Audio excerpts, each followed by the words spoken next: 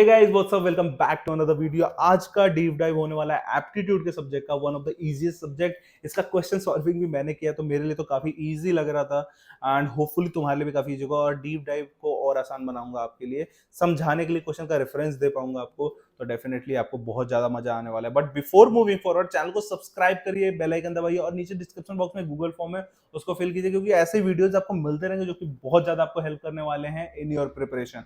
And moving forward, ये जो paper है उसको निकलवाने में जितनी मेहनत लगी है यार, आरटीआई फाइल किया था उसके बाद से वो मिला, लिटरली बहुत मेहनत लगी है। तो आप थोड़ा उतना प्यार दिखाओ तो हमें भी थोड़ा लगे कि हाँ यार चलो बच्चे कुछ तो हमें अप्रिशिएट कर रहे हैं इन सब कामों के लिए। ठीक है, now talking with the aptitude question. अब ये क्वेश्चन सॉल्विंग मैंने करी है तो मुझे तो पता है कि कैसे कैसे क्वेश्चन आए थे। मेरे लिए it was very easy. Best part about the aptitude was कि mostly question were from reasoning, तो वो मेरे को और अच्छा लगा ताकि बच्चों के लिए आसान हो जाए। मेरे को तो एप्टीट्यूड से कौन से भी कोई प्रॉब्लम नहीं है, बट बच्चों का ईजी हो जाएगा तो मेरा भी फायदा उसमें। ठीक है, starting from the very basic current affairs से। करंट अफेयर्स में मोस्टली जो तुम्हारे जितने भी प्रोजेक्ट्स हैं जो रिलेटेड टू वाटर बॉडीज हैं, डैम से रिलेटेड थे, पोर्ट से रिलेटेड थे, वो सब चीजें थी, तो मेरे को काफी अच्छा लगा। 2024 एंड 25 में, ये 23 में 0 क्वेश्चन थे, तो ओवरऑल पिछले 3 साल में सिर्फ 6 क्वेश्चन आए करंट अफेयर्स से out of 120।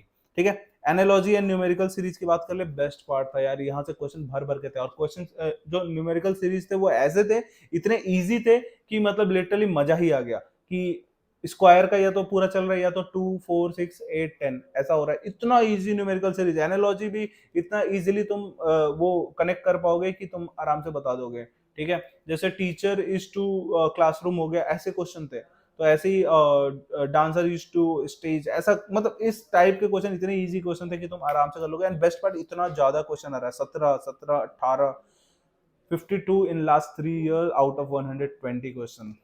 Nice, mind blowing. Coding and decoding, again it was very easy. Word का गेम था, मोस्टली वर्ड वाले थे, एंड वर्ड वाले मोस्टली ए के बाद बी, सी बी के बाद सी वाले क्वेश्चन थे। राइट, मतलब एक वर्ड लिखा होगा, उस वर्ड का एक कोड लैंग्वेज लिखा होगा, उसको फिर दूसरे वाले वर्ड को कोड लैंग्वेज में करना था। तो मोस्टली वाले में क्या कर रहे थे, ये उसी वर्ड का अगला वर्ड लिख रहा था। मतलब इतना इजी था, मजा आ गया था। एंड 3 क्वेश्चन इधर, 3 क्वेश्चन इधर, 3 क्वेश्चन इधर, मतलब आपकी लाइफ इतनी इजी कि ये 3 क्वेश्चन हर साल आपके होते ही रहेंगे। ठीक है, बेसिक, कुछ बेसिक इन द सेंस की रीजनिंग में ही बेसिक क्वेश्चंस पूछ रहे थे। That can be like that can be anything. Number series में और बेसिक क्वेश्चन हो सकता है, वर्ड सीरीज में और बेसिक हो सकता है, और ओवरऑल एनालॉजी वगैरह में, क्योंकि पूरा पेपर ही इन चीज से ही कवर था, इससे अलावा और कुछ पूछ ही नहीं रहे थे। और जैसे 20 क्वेश्चन कंप्लीट हो रहा था उसके बाद से अपने पास आ जा रहे थे GK, geography and current affairs. तो करंट अफेयर्स ऑलरेडी बता दिया है।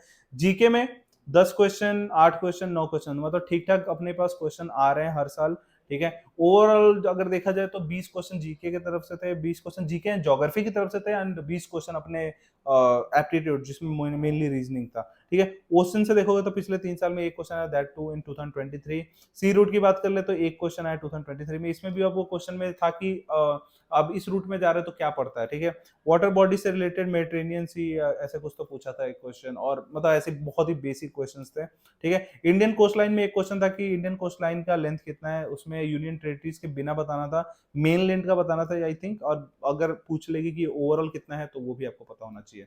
राइट, और डिस्टेंस स्पीड टाइम के एक क्वेश्चन था जिसमें वो 2 लोग भाग रहे हैं, वो कितने मीटर से हारा है, बस वो पता करना था। It was very very easy, unitary method था पूरा। तो ये है पूरा एनालिसिस एप्टीट्यूड का। ओवरऑल पेपर इतना आसान था कि आप आराम से कर सकते हो। बट जो जीके एंड ज्योग्राफी का पोर्शन है वहां पे डेफिनेटली आप लटकोगे, क्योंकि आपको नहीं पता है क्या पढ़ना है। IMSCT 200 की बुक का रेफरेंस ले लो, जीके एंड ज्योग्राफी, उसमें स्टैटिक दिया हुआ है, जो स्टैटिक जीके दिया हुआ है एग्जैक्टली वही मोस्टली क्वेश्चंस दिख रहे थे मुझे। मैं तो पर्सनली उस बुक पे मेरे को कॉन्फिडेंट आ गया कि ये देखने के बाद, क्योंकि ये पिछले 3 साल के पेपर मैंने सॉल्व किए, यूट्यूब पे भी मिल जाएगा आपको, बैच के अंदर भी मिल जाएगा।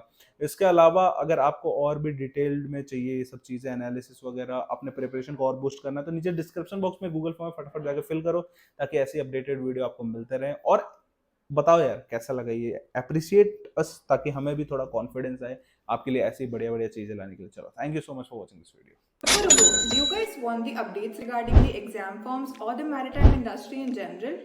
या फिर एग्जाम्स के लिए मोटिवेशन चाहिए? Then you definitely need to follow our Instagram channel for all this stuff and much more. Want the best notes and material for IMUCT and sponsorship exams? Want daily quizzes? Or do you want your doubts about your merchant navy career solved by our mentors? Search Budding Mariners on Telegram or click on the link in the description below to start your marina journey with us today.